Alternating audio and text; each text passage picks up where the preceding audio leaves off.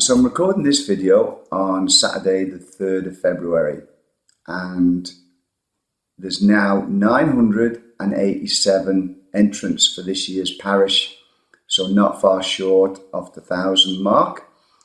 Still 5 months to go basically, and this week has seen Shelley's 4th week of training, and she's done exceptionally well this week, I have to say.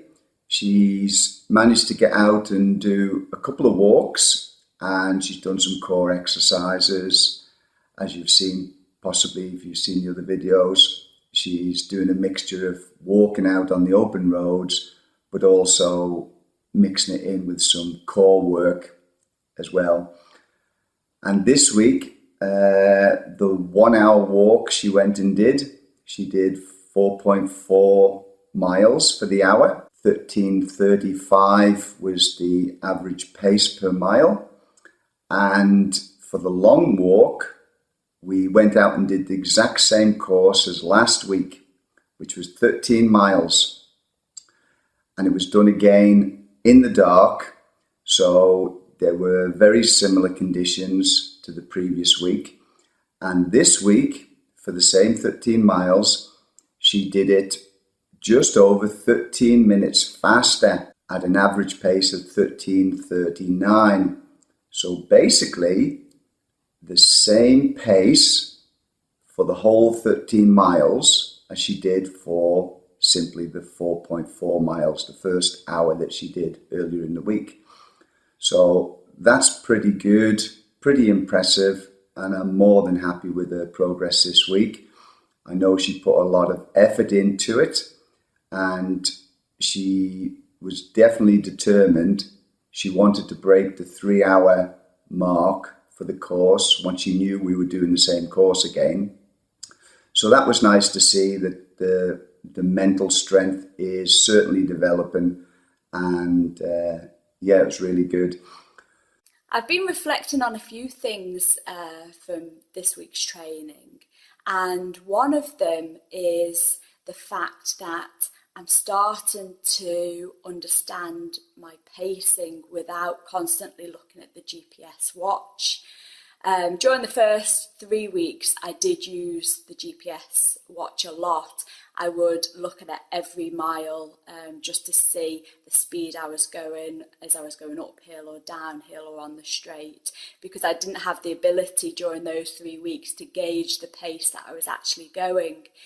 So this week, it surprised me in a way that at the beginning of the 13-mile walk, there was a little voice in my head saying, "Ooh, you're going a little bit fast here, and you're only in mile," I think I was in mile 1 or 2 at that time. I didn't get too carried away with that thought. I did dismiss it. I knew instinctively that I was going a little bit faster, but I also knew that the previous week I'd done the 13 miles, so it was no longer an unknown entity to me. And I did want to push on a little bit. I wanted to improve the effort and determination that I was putting into the walk. So I determined I was comfortable with the pace I was going at, and I would keep that pace up until instinctively I needed to slow down in order to complete the 13 miles, if of course I did need to slow down. So it actually worked out quite good. I didn't look at the GPS watch until the halfway mark, and that was only to determine how far I was going, and the fact that I had to turn round and head back. So yeah, it was a nice feeling to find out that instinctively I'm becoming more in tune with things. So yeah, that was one thing that was quite interesting this week. The second thing was, as you'll have just heard Russell mention, I couldn't believe that I managed to keep the same pace up for 13 miles as what I'd done for the 4 miles in my training walk earlier that week. If Russell had said to me, "Right, Shelley, we're going to go out and you're going to keep up the same pace as you did for the 4 miles for the 13 miles, I would have said not a chance, because hand on heart, for that hour I'd put in as much effort as I had, and there's no way I would have thought I could have kept that up for the 13 miles. So that gave me a confidence boost. I know I'm not going to be able to do that sort of pace every training walk, because it does depend on the environment outside, how windy it is, the weather, whether it's windy or raining, etc. But it did give me a boost to understand that actually I am improving and I can keep that pace up for a little bit longer now. So it was a good feeling to realise that at the end of it. And that is the beauty with keeping all your data, because without that data from my training walks, I wouldn't have believed it, not a chance. And the other thing I was pondering is that feeling of actually being hooked on the training. Of course, the first 3 weeks, I really wanted to do it. There's no question about that. Mentally, I'm motivated to do the training and to do the full 85 miles.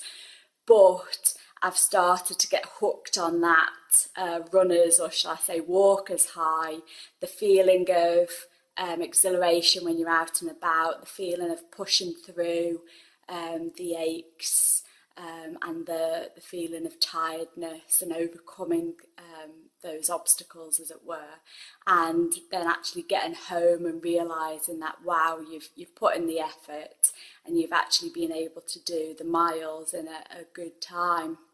So I'm getting hooked on the feeling, and getting excited to be out for the next training walk. So that's this week's training. For the next couple of weeks, it's going to be somewhat interrupted. We're leaving the island. We got some family business across to attend to, and as a result, she won't be doing long walks, just the way it works out, unfortunately. But she'll still do something towards her general fitness. She'll continue to do the core work, and potentially she might get to a local gym for some of the time as well. And hopefully she'll be able to do a few shorter walks. So these type of things crop up. You can't always plan for all eventualities. And all I'd say is that when things do crop up, you can still do something towards your general training and general fitness. So that's it. And thanks for watching. I'll catch you in the next video.